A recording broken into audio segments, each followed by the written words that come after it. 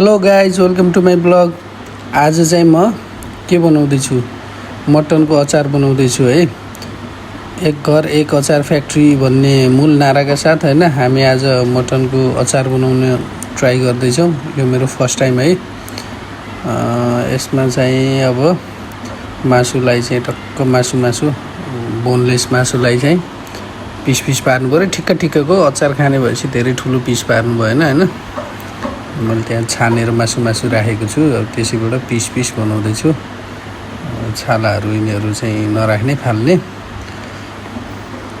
चिया पनि खानु पर्यो काम गर्दा होइन। थकै लाग्यो टक्क। अब चिया पकाउने दुध उम्लियो सबै। अनि त्यही पनि अब जति बन्छ चिया पकाउने।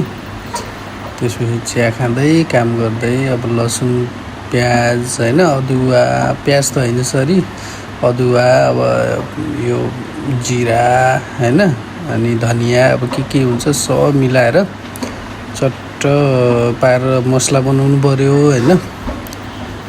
मासु पनि रेडी नै भइसकेको छ।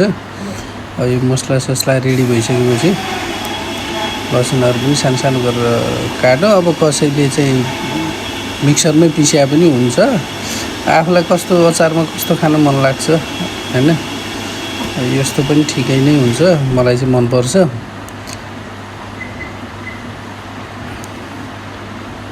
अब सबै रेडी भइसक्यो भनौँ। अब कराईमा तेल हाल्नु पऱ्यो। तोरीको तेल टक्क तताउने।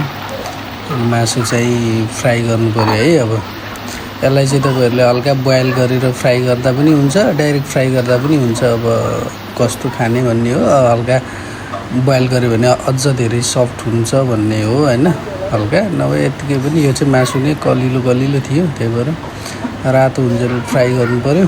फ्राई गरेर झिक्यो। अब मासुको काम एक लेभलको सकियो होइन। अब चाहिँ मरमसला यताउता सबै पकाउनु पऱ्यो त्यही अघिको तेलमा। यो चाहिँ जिरा धनिया तोरीहरूलाई हल्का तताउने होइन। यसको चाहिँ धुलो बनाउने, मसला बनाउनु पऱ्यो आफ्नो अनुसारको। अनि त्यो मसलालाई अब अहिलेको सामानहरू सबै फ्राई गरिदिने, पकाउने होइन। मसलाहरू सबै पकाउनु पऱ्यो पालो नातिकन पकाउने है। ग्यास चाहिँ ठिक्क बनाएर पकाउँदा हुन्छ साथीहरू। धेरै आत्तिनु हुँदैन, बिस्तारै पकाउँदा हुन्छ। तेल चाहिँ अब मजाले राखिएछ। अब हेरौँ थोरै राख्यो भने बिग्रेला भनेर अनि तेलैमा डुबिया छ।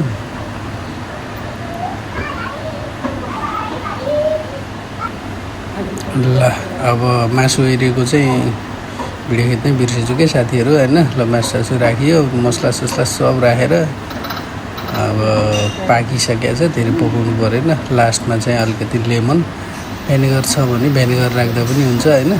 धेरै तातो नै रहेछ, बाफे आयो।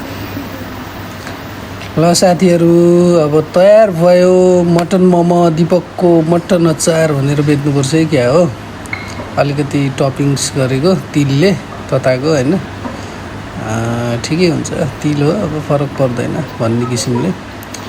र यसरी चाहिँ मैले आज थोरै ट्राई गरेको थिएँ, त्यही पनि धेरै नै थोरै हुँदो रहेछ।